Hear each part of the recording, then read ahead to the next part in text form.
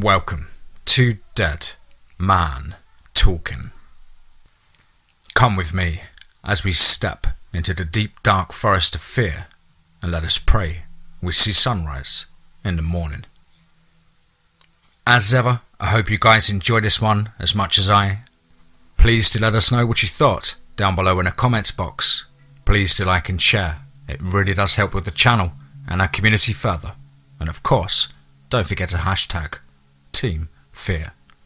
And so, with that aside, let's get into tonight's story, entitled The LBL Type 3.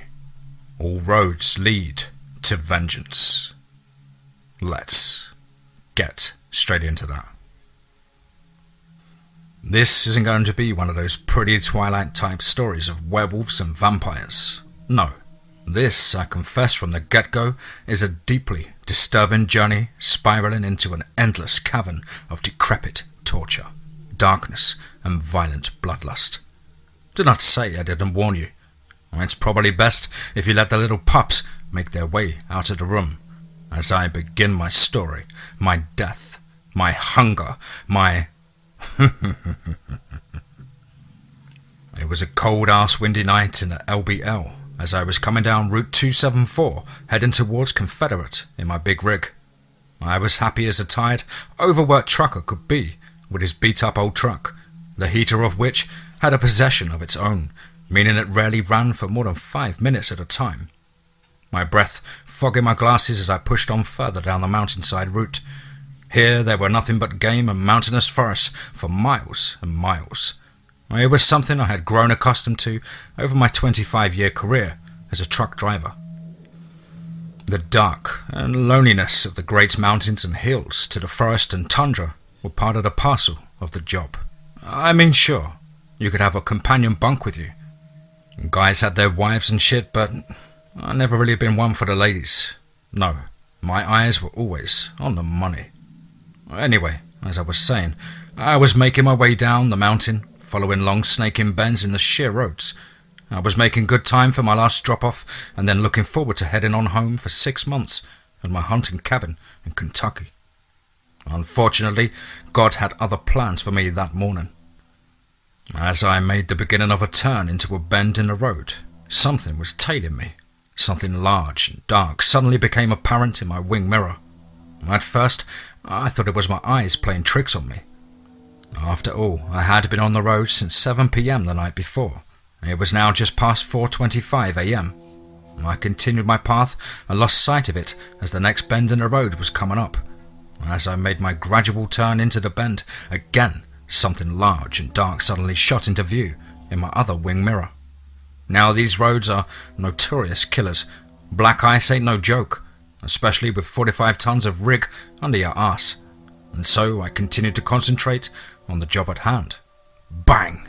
Something suddenly hit the passenger side door, the truck making a loud screeching sound as the rubber tore up on the wheels as they smoked and I swerved across the lanes, fishtailing a 50-plus foot trailer and truck. But miraculously, I gained control as the road once again straightened out. I breathed a huge sigh of relief as sweat already beaded its way down my cold forehead. I looked to my mirrors once more to see what in the hell was going on. Was something chasing me? And what was that bang? I didn't have to wait long for my answer to knock once more. As the road ahead obviously had to bend at some point, I began working my way through the gears to slow a little ahead of the turn. Immediately, it was back in my mirror, and this time on my side again. Only this time, it stayed there so I could get a good old look at him. A shot of cold, spiteful ice ran through my entire nervous system. I couldn't believe what I was seeing. At first I thought it was a crazy man, but then I noticed how it was running. How it seemed to take huge leaping strides, rather than laying down 1,000 steps in a second. I also noticed how it suddenly was gaining on me. Its facial features suddenly lighting up in my truck's red lights. I touched the brake to get a better look, and man, did I regret that. It was very suddenly apparent that this man was not a man but something out of my nightmares. He had long pointy ears on top of its head and was covered in long black fur from head to toe. Eyes that glared back at me a yellow to reddish hue.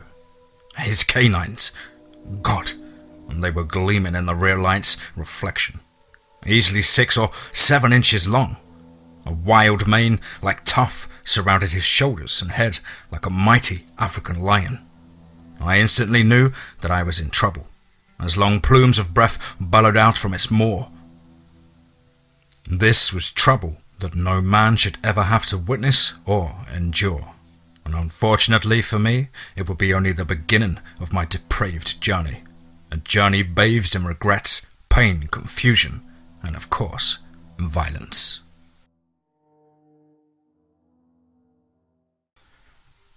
Chapter 2. What in God's name? With my chest pounding, eyes wild switching from watching my wing mirrors to the road ahead of me, I hit the bend in the road, realizing at the last moment I had overdone the gas a little. The rig groaning under the strain like an enormous blue whale, tires spinning on the slick tarmac. "Come on, you son of a bitch, I swear! Don't let me down now!" I screamed, holding on to the steering wheel for dear life.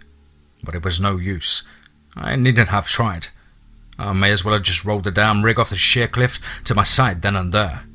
The pace of the beast was something otherworldly, a supernatural speed and agility as it got closer and closer to my door.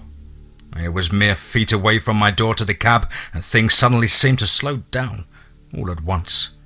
Out of nowhere, there was a spark of light in my mirror, and then again, and then I saw he was slashing at the walls of the tires, his razor-sharp claws slicing through the layers of rubber and woven steel. And then my world turned upside down as 3 tires blew out on the driver's side of the trailer, and then 4, 5. The enormous rig shifted to 40 degrees onto one side of the wheels, and then slammed back down onto the passenger side once more. And this time blowing out the remaining tires on the rough side of the road, laden with rocky outcroppings and roots.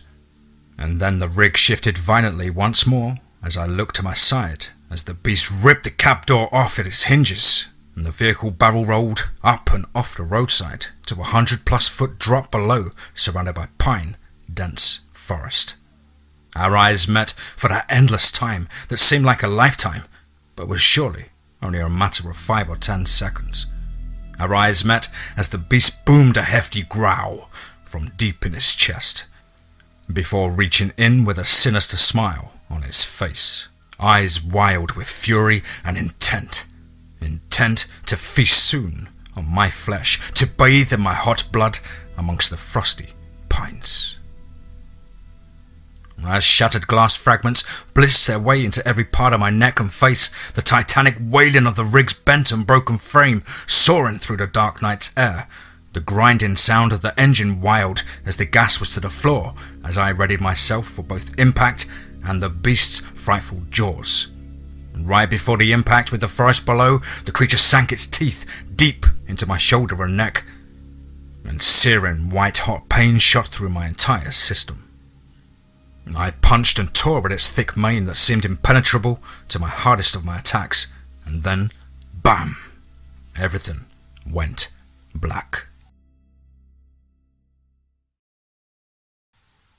As I sat and laid in that forest, miles from anywhere even remotely rural or considered modern standard, my body was broken and mind was in another universe for an unknown amount of time, but during that time I lived 1,000 lives, all of which ended in the same terrible, tragic way. Ripped to shreds by that tyrannical brute, he who later I would find and learn of in many a battle, but for that moment, in between life and death, present and past, I was at his mercy, as were the ones I would love. He seemed to have no patience, no faith, no time for anyone other than himself, and yet still I felt a connection to him in some strange and yet still unknown way. And for the most part, though, he was nothing short of the devil himself. God knows my pain and suffering, yet he did not seem to care at that time. Yet another of life's lessons, I guess. Many of my memories of that strange amount of time laid there in the crushed cab's corpse are melded into one another, all of which carried the same time and fact. No matter how I tried to best his plans of slaughter, it would be of no use. I would be far into the forest, locking up the family cabin as my wife put the kids to bed, only to see him burst from the brush and roar, beating his barrel-like chest in a salute of the slaughter. I would run for my rifle and yell for Alice to grab the kids and get to the cellar, but every time, each time, he would smash the front door into splinters and race after us, tearing through myself as Alice shut and tried to lock the cellar door. But each scenario, I would try something different. It would have little to no effect. Even if we made it all the way safely to the cellar and through the hatch to the truck out back, it's like he would just spring from every corner of every dark space, laying waste to my imaginary family and myself in the crudest of fashions. Throats torn and body parts chewed and thrown all over, grabbing handfuls of the entrails and guts and smearing himself and any walls in the near vicinity. Even now as the beast I have been forced to become. His style had no honour, no taste, no mercy either. And there was a reason he was so ominous in the werewolf world. He was thought to be one of the oldest alive and kicking, taught intensively by the original werewolf of us all, the lycanthrope who loved slicing throats, Cain. My creator and his furious appetite for being as spiteful and as sick as possible during any of his hunts or attacks came from Cain's strict obsession with anything remotely satanical or would cause mental torture. Shock value was always centre of Cain's biggest tales. Many a cold night around a crackling campfire with other travellers of the dark nights told of Cain's darkest and most unheard of adventures into the sick and downright awful. His hunts were the stuff of legend, and many millionaires paid handsomely not to end up on his list of targets, or some would even join in, as in some odd cases. My creator, on the other hand, as I said, had his own blood and bile-soaked past, and tales of him tearing the doors off high school buses and making his way slashing heads off of children left and right, arms ripped from their tiny sockets and thrown across the seats, or attacking sewer workers all over Vegas and California, their bodies never to be recovered. Or maybe you have heard of his attacks down in Louisiana, dragging hunters and fishermen to their deaths deep into the swamps and leaving only a long, bloody trail that the paper said ran for more than a mile. Believe me, there are so many that if you took a world map and drew from each attack site to the next, it would no doubt look like a spider web. He must be at least 300 years old and seems to know every trick in the book of tricks. His name was simply Ivan. Chapter 3. The road you take has many ghosts. Let's get straight into that. I awoke a couple of times, only to slip back into unconsciousness, but eventually I gained my composure and took in my surroundings. I was suspended some 20 or so feet in the air, hanging upside down by my seatbelt. Smoke and sparks from multiple sites of fire blew with the chilly night air. The forest was now silent, and as far as I could see, left or right, there was no sign of Ivan. The tree I was stuck in creaked and groaned under the immense destruction the rig had caused. Tree limbs lay all around, and the thick branch that was now skewered through the cab was cracked down the centre. It wouldn't hold for much longer. And so, with my head pounding and body broken, I tried to free myself from the wreckage. But soon it was clear that the lower half of my body was trapped under the dashboard of the cab. The steering wheel buckled and doubled over flat into my lap. I could feel the warm trickling of my blood as it ran down my destroyed leg. The sharp teeth of the hot steel cutting and nagging at my mind every other second. I tried to calm myself, gather my thoughts and breath before my next move. I freed the clip of my seatbelt and was about to move, but then I heard it. When at first I wasn't sure. It was so quiet, but then I focused in on the sounds I was hearing around me and took away the suspects the best I could, one by one. The nakedness of the conclusion was almost enough to make me empty my bowels right there and then. Somewhere, close by, came a cavernously deep rumbling, wet and sticky with a bubbling almost sound. I was perplexed, but then remembered how deeply Ivan had growled at me as we flew through the air. And this was the same, but more of a slumbering, breathy repetition. I searched all around, nervously started to hyperventilate when I suddenly saw where he was. And from my position in the twisted cab, Ivan lay some 30 feet away, lower to the forest floor, but apparently speared onto a short broken branch. I'm not sure if he broke the branch whilst hitting it, or it was already like that, but whatever. It was short and it did a great job, beautifully. He seemed peaceful, his enormous head hung lolling to one side. The horrendous wound and branch ripped right through his right shoulder and down to the top of his abdomen. Many dark red lines of thick blood running their way down his barrel chest and stomach. Arms long and thick, if not thicker than the brutish tree limb that had embedded in his mighty frame. He was covered in a long, coarse black hair that seemed to glisten with a silver sheen in the sparse moonlight. His lung must have been punctured, if not completely destroyed, hence the bubbling and wheezing I was tuned into a moment prior. I didn't want to wake him, but I certainly didn't want to remain stuck in this frozen nightmare. I cursed myself for not bringing my shotgun and following the law. Slowly I tried to heave the heavy and jagged dash and frame up off my lap and strained under the agonizing pain that it produced, finding little grip without cutting my hands to ribbons. And still I persisted. An unnatural drive overtook me, and to my shock, it started to give a little. I continued all the while keeping my eyes focused on him. His breathing was heavily laboured now, but still seemingly unconscious. Aha!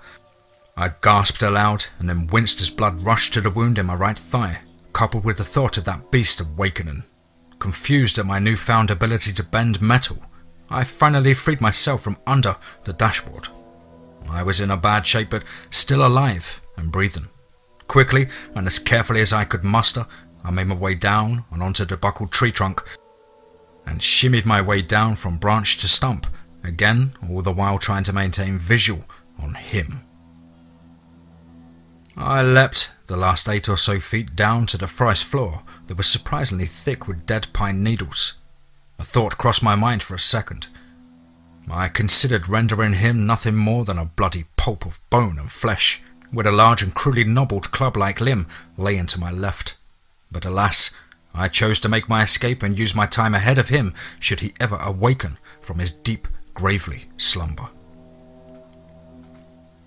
And from where I was stuck in a cab, some 30 or so feet in the air, I could make out a luminescence in the distant horizon to my southwest. Sure, it could be miles and miles away, whatever it actually was. No doubt there would be many other predators between here and that location. But what choice did I really have? I knew how desolate and wild these mountains were. I had seen the bears and mountain lions. Heck, I'd seen their leftovers too on many a mountain side. Some hung up high in the trees. This was no place for a human, and so there was no humans for miles and miles. But again, I had no choice. For hours and hours I trekked and stumbled my way blindly through the desolate and silent pine forest. I saw no fauna and heard next to nothing of the entire journey.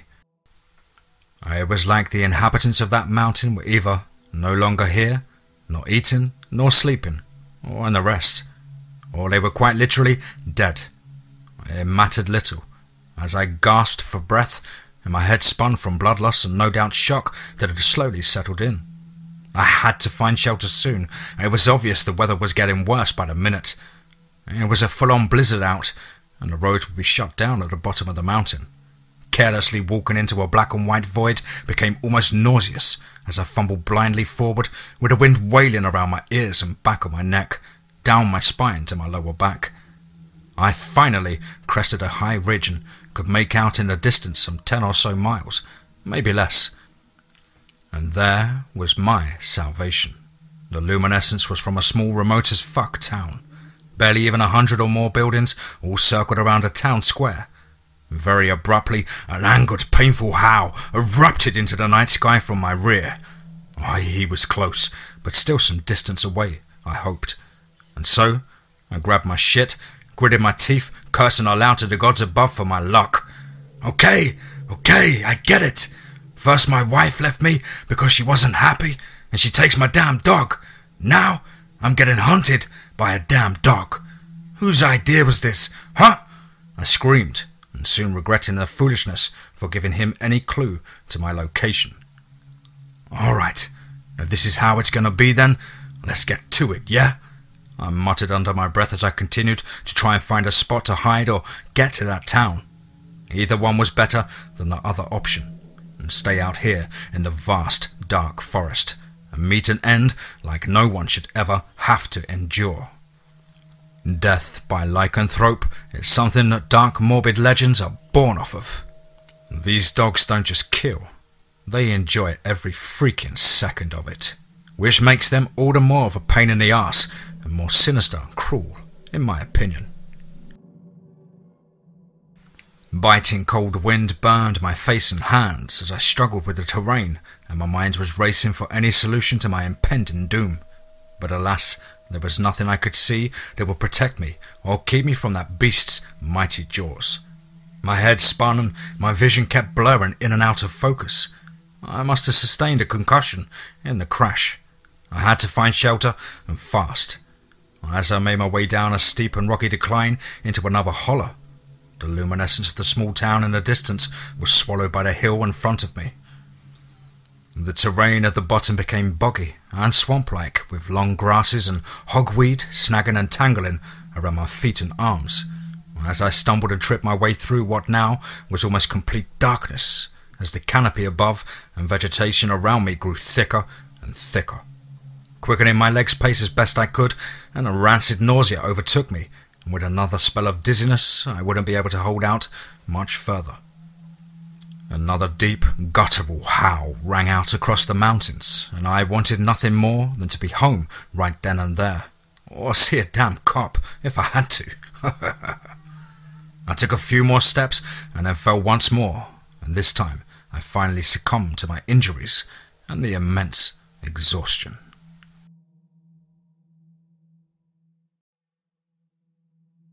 Chapter 4. A Lucky Escape. Let's get straight into that.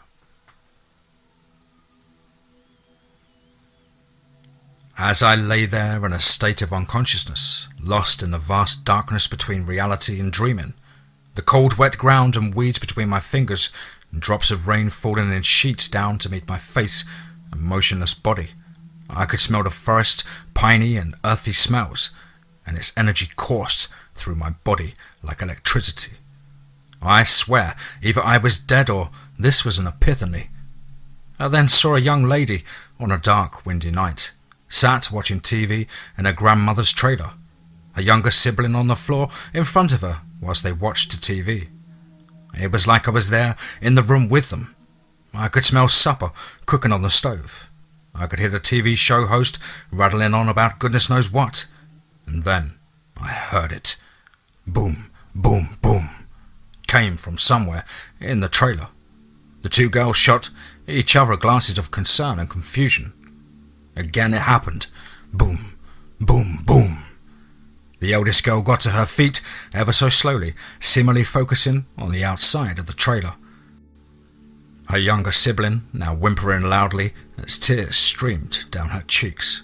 Shh. The elder girl scolded her younger sibling with eyes wide open with fear.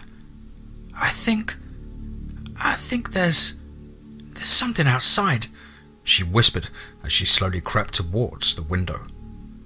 A low growl sounded from somewhere close by, and the crunching of dead leaves and dull thuds of footfall on the deck and outside the trailer again came. Again the youngest whispered, whilst noisily stifling back a snotty nose. Shh! Again she was scolded.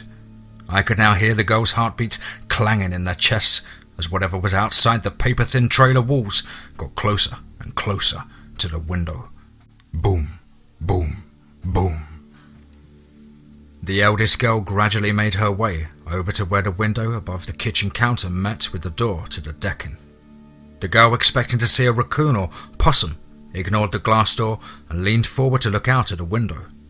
Another heavy thud sounded to her left side, and she glanced almost in reaction to the noise, more than a thought.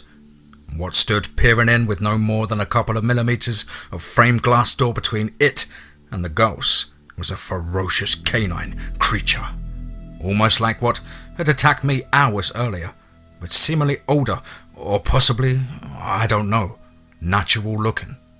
What attacked me was more mutated looking than something of God's creation.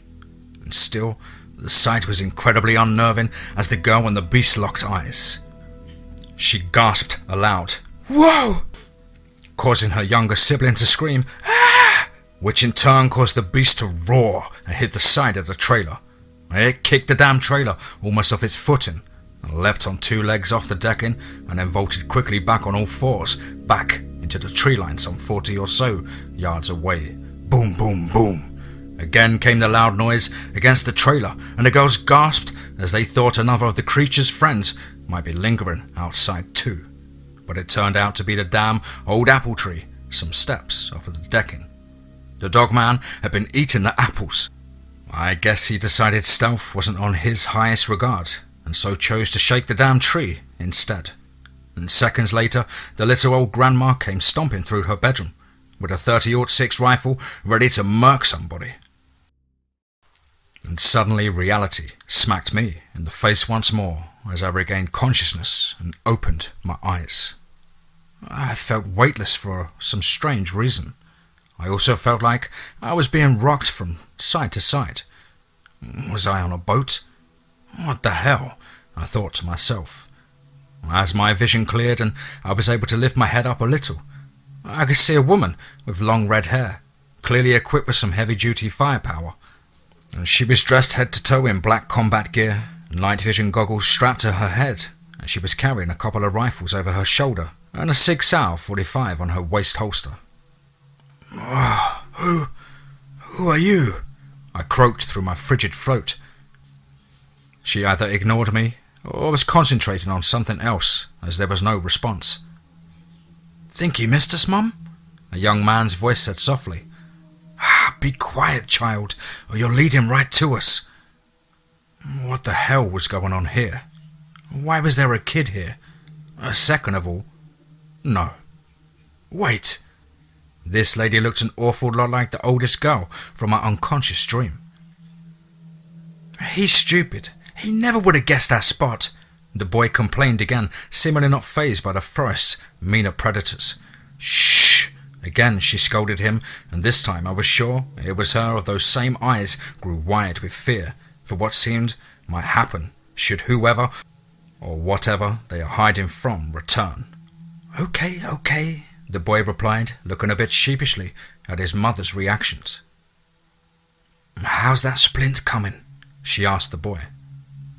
And that, ladies and gentlemen, is when I remembered my badly injured leg. And good old Mother Nature added a little more pain to freshly remind me of how cute the nervous system can be. "All right, big guy, just hold your breath.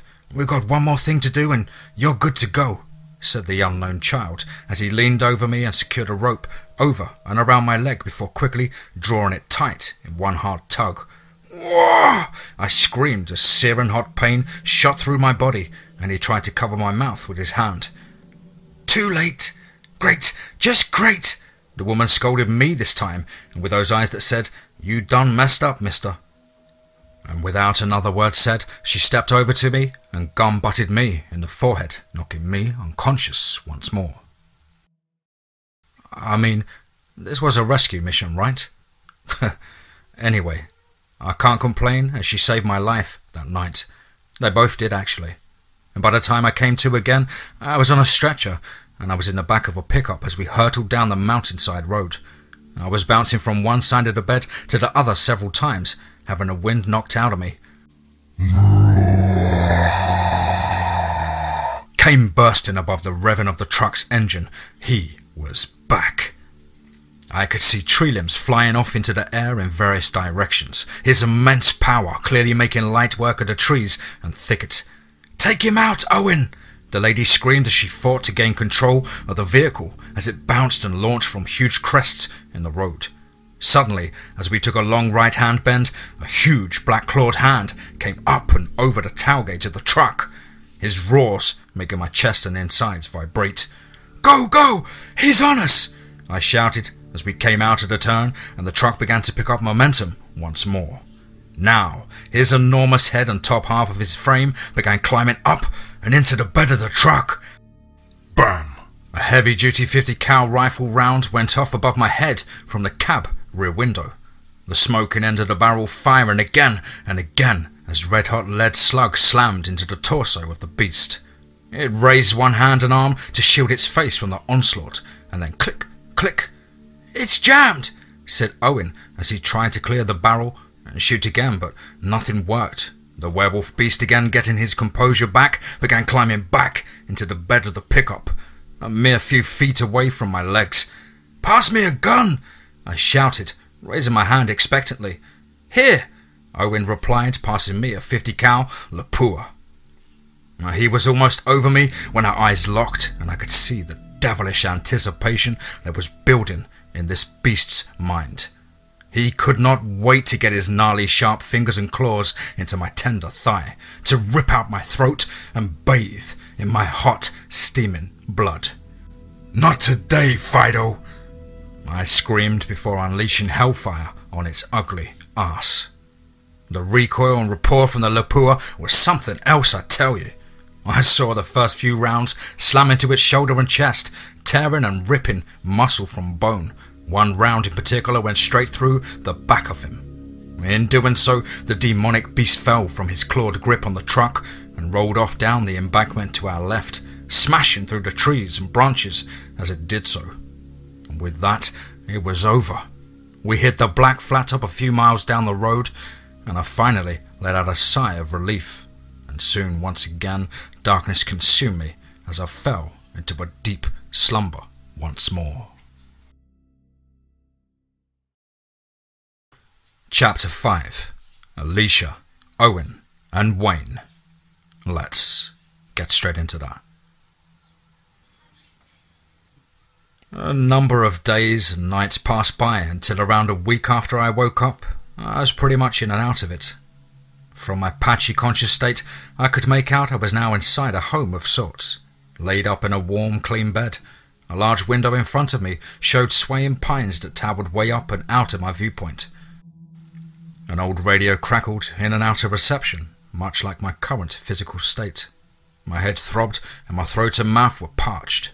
Looking around from my bed, I saw a flask of water and stretched out to grab a hold of it, but I was soon unable to move any further as I was evidently chained and cuffed to the wall or bed frame.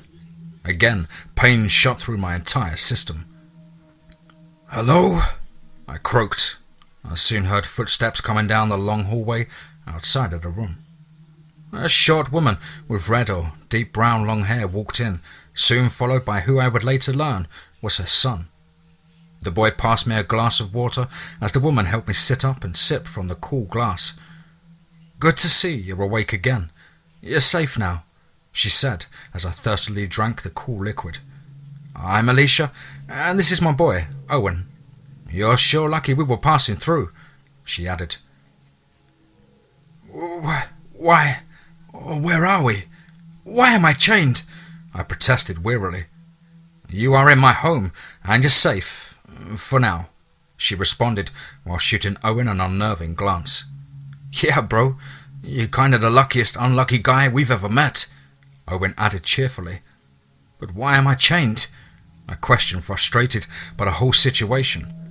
It was just too much for me to deal with, and yet the worst was yet to come. "Okay, listen, we patched you up pretty good, but—" She paused momentarily. "But we found something else whilst we were doing so." "Okay, well what?" I asked, now with a feeling of doom building in my gut. "Do you remember what attacked your truck? Like any recollection at all?" Alicia quizzed. "Yeah, absolutely I remember. How could anyone forget something like that?" "Okay, that's good. Now, have you seen the movies, surely, or heard the old folk tale about mythical beasts in the swamps and forests?" she added. "Yeah, of course I have, but that's just the movies." You can't be seriously suggesting that was a damn werewolf. I huffed angrily at the absurdity of her suggestion. Alicia sat stone-faced with the same somber expression on her face. Her eyes still met mine. You are joking, right? I added cautiously. No, mister, I am not joking, she said with an air abbreviation. In fact, take a look for yourself, she said as she leaned closer and undone some of my bandages around my shoulder and neck. Meanwhile, Owen had got up and grabbed a large mirror. Shock and sickness shot through me as my eyes beheld a sight in front of them. Me, or rather, the new me. A large set of scars ran their course across my body, and most evidently my face. A set of 4 claw marks covered my upper torso, and a large nasty bite mark sat proudly on my neck. The beast had clearly taken chunks out of me, the bite still wet from the infection, oozing a strange black liquid. I'm afraid we did the best we could, but it looks like the infection has set in. You will likely transform on the next full moon. Then after that, you will either be dead, as the beast claims you're conscious, or so. Or you will win that battle, and will have the power to turn any time. Most, though, don't survive the attack, let alone the infection or battle for control with the beast inside of them, Alicia finished with a sincere tone. I was stumped. Never in my existence did I think something like this could happen. I mean, like I said, that's only in the movies, right? We can't trust you, bro. Not right now. You're a liability, Owen added dryly. Well, there's a few organizations that will put you to a bad use just to help fill their pockets or gain more power, remarked Alicia as Owen nodded in agreement. Listen, we know you didn't want for this to happen or intentionally get caught up in it all. But what you are or what you might become is a force of nature and the paranormal. It's a lot to explain, but in essence, from what we have heard and seen, you are now under the power of a powerful and angry SOB demon. One who wants to gain full control of your mind, body and spirit. You must fight this battle or fall into an oblivion of animalistic rage and hunger. Your very being will become enraged with murderous thoughts, and your actions will have the most violent and bloodthirsty consequences, she said with pure panic in her eyes. But I wouldn't hurt a fly. I mean, come on. Sure, it was surreal, but werewolves? Covert organizations? I'm not buying it. I fired in defense of my odd and yet life-changing experience. She scoffed. You wouldn't, but we're not just talking with you now, are we? You have to let me go. You can't keep me chained up like an animal, she asked sarcastically. Yeah, listen, bud. I don't know you, and had I known you had this wound, virus, whatever it is, I would have just put a bullet in your brain at the side of the road. It's Owen here who saved you. He's under the impression we could perhaps work together, and that maybe, just maybe, you might be one of the good ones. You see, there are stories, but many of them are old and few and far between. Stories of good lycanthrope people, whose heart was stronger than the beast, and so they controlled its formidable power for good. I was completely shocked by the last half an hour's conversation. I wanted to rewind time, find another route around the bloody mountain, but alas, I am only a man now cast to the winds of fate. We spent the rest of the evening chatting about the werewolf virus, our lives previous to meeting, and soon the hours flew by. I learned that Alicia had come under attack from a creature called a dogman many years prior, and she had been traumatized at first, but as she grew up to be a woman and then a mother, her will to fight back kicked in. She took the fight to the creature stalking her home, eventually running it off of her property, only to appear here and there throughout the years, but always more cautiously. Owen, much like his mother, grew up encountering these creatures up close and personal, and sometimes a little too close. The kid was a real whiz at computer technology and shared a passion for firearms with his mother. Alicia was happily married too, and the guy was apparently still back on a mountain, or at least in the LBL region, tracking and trying to take down my adversary, my creator. Wayne's passion for tracking and killing problem cryptids. And that's how he and Alicia met one night out in Michigan. It's probably best if Wayne doesn't meet you just yet, as he is likely to not give you the benefit of doubt that you'll pull through this transformation, said Alicia with a warning tone.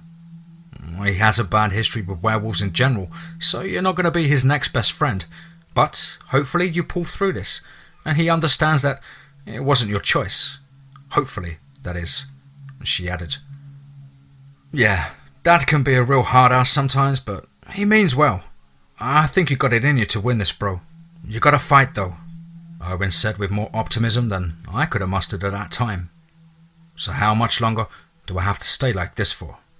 I mean, I understand now the worry, but please, I can't stay chained up like this. It's nuts, I commented. You got just under 2 weeks, bud, and then the first transformation will take place.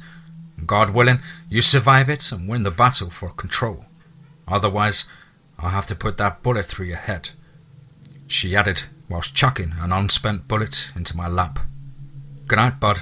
Try and get some rest and we'll see you in the morning, she said as both Owen and her got up and left the room. I was then left alone and utterly in despair for what lay ahead of me. The next week I spent fighting a building battle with my own mind. At night I was tormented by cold sweats, violent thoughts and nightmares, and flashbacks to that fateful night. Each morning I would awake in agonizing pain as my bones had semi-shifted during my restless nightly state. It was almost as if my body was getting ready for the big change. 3 mornings on the trot, I awoke with my left shoulder dislocated.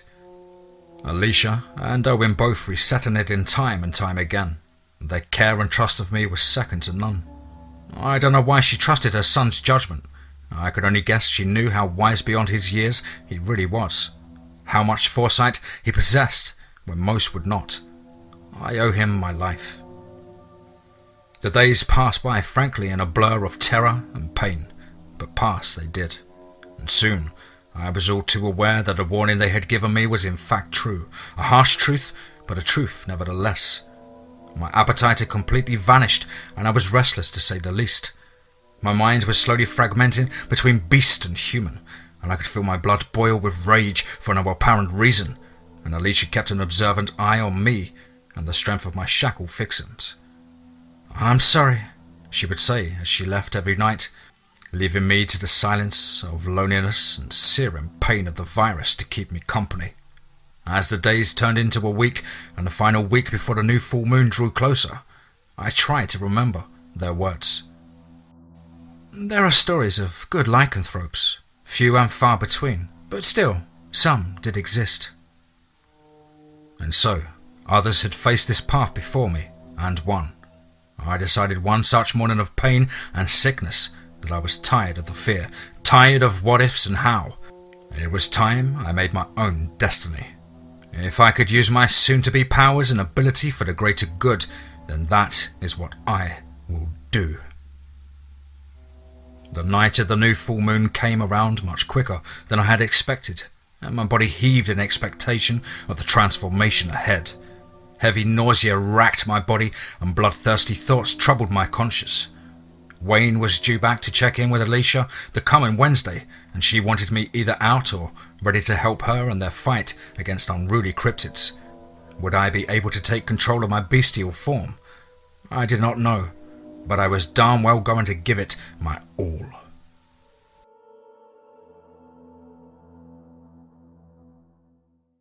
Chapter 6. The New Moon. Let's get straight into that. Alicia asked Owen to leave the room and get washed up and ready for bed, and he did as he was told, giving me one final nod of support and a thumbs up. I returned said nod and looked to the ceiling. My fingernails and toenails now ached and throbbed, as the transformation was merely a few hours away. My teeth also now bleeding at the gums and aching just as much as my body. She drew a stool closer to me and took a deep sigh. Well, tonight's the night, buddy. How you feeling? I looked to her with an expression of, really? Oh, right. Yeah, I guess not good, she added. Listen, bud, I don't want you to feel like you have to go through this, you know? Whilst you still have a choice, if you like. She paused. What I guess I'm trying to say is, nobody would blame you if you blew your brains out before the transformation. In fact, that's what most would probably do if they were faced with the same situation, she said with a warm smile and the nicest tone to her soft voice. Yeah, I thought about that too, sis. But you see, I can't do that. I remember you said there are some stories of good lycanthropes out there, in the pages of history and folklore. I guess I want to try and be one of those. One of those few, if I can, that is. I replied dryly. Okay, bud. I understand, and you know what? She asked with her eyes meeting mine. What? I replied. I think you can do it. I can see people's auras, and you, my furry friend, have a warm and pleasant glow to yours. Even if it is a bit tainted by the beast's demonic traits. She laughed aloud. Her humour was like medicine I never knew I needed. Alicia got up slowly and walked over to the basement door before turning once more. You know, Owen believes you are one of the good ones. In fact, he bet his whole allowance that you would pull through, she said as she once again uttered, Good luck, and then opened the door and locked it behind her as she left. The minutes seemed to drag on and on as the hand of the clock on the wall ticked and tocked. As the last hour before midnight came, the new full moon shone so brightly I had to shield my eyes, and then the ticking turned to a dreadful and unbearable thumping that soon my heart was matching, and then, without warning, my shins cracked. My legs deformed backwards as my bones and flesh melded and shifted to accommodate my new, improved form. My spine was next, as it too made a god-awful crack and popping sound, and I collapsed onto my back, writhing in agony. My cries for help or mercy were unheard, although looking back now, I'm sure that both Alicia and Owen had heard every moment of my first transformation. My voice distorted and croaked into a deep and earthy growl, crossed with an agonizing demonic cry. I watched as my nails became long black claws and they shredded the wooden floor in front of me with no effort at all.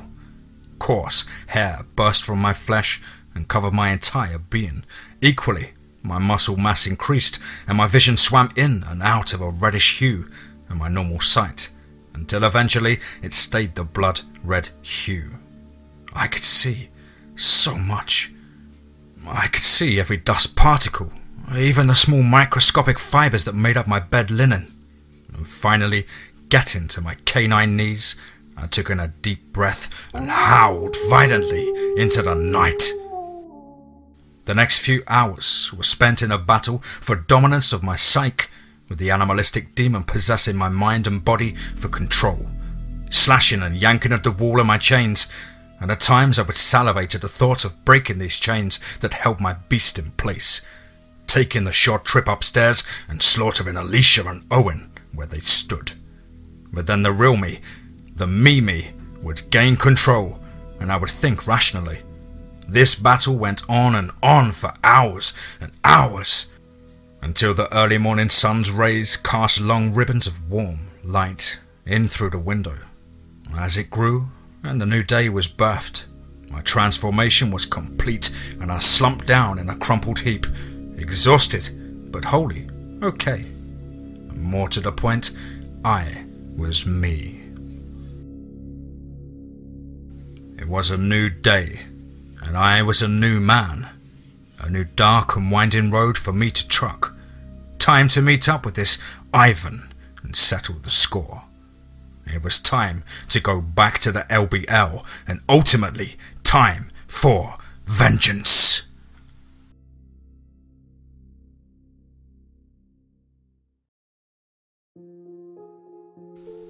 Wow, wow, wow, wow, wow.